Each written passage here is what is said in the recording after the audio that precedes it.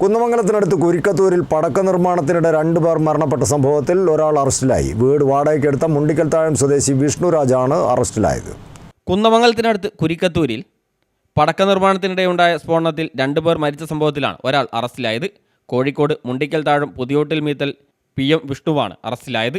വിഷ്ണു വാടകയ്ക്കെടുത്ത വീട്ടിലാണ് അനധികൃതമായി പടക്ക നിർമ്മാണം നടന്നത്. മനഃപൂർവ്വമല്ലാത്ത നരഹത്യയ്ക്കും സ്ഫോടക വസ്തു അശ്രദ്ധമായി കൈകാര്യം ചെയ്തതുമാണ് കേസ്.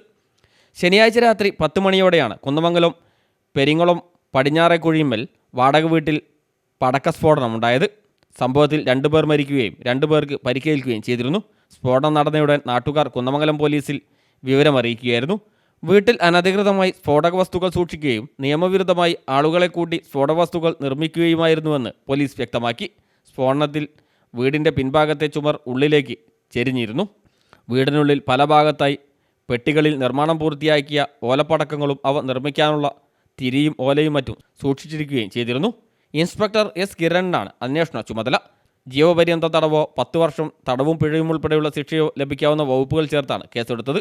ഇതുകൂടാതെ സ്ഫോടക വസ്തുക്കൾ അശ്രദ്ധയോടെ കൈകാര്യം ചെയ്തതിന് 6 മാസം തടവും 50,000 രൂപ പിഴയും രണ്ടും കൂടിയോ അതല്ലെങ്കിൽ 7 വർഷം തടവോ ശിക്ഷ ലഭിക്കാവുന്ന വകുപ്പുകൾ കൂടി ചേർത്തിട്ടുണ്ട്. സ്ഫോടനമുണ്ടായ വീട്ടിൽ കഴിഞ്ഞ ദിവസം ഫോറൻസിക് വിഭാഗം പരിശോധന നടത്തിയിരുന്നു. വിരലടയാള വിദഗ്ധരും പരിശോധന നടത്തി. പൊട്ടാതെ അവശേഷിച്ച പടക്കങ്ങളും സ്ഫോടനത്തിൽ തകർന്ന വീടിൻ്റെ ഭാഗങ്ങളും സംഘം പരിശോധിച്ചു. News bureau, Kunnamangalam.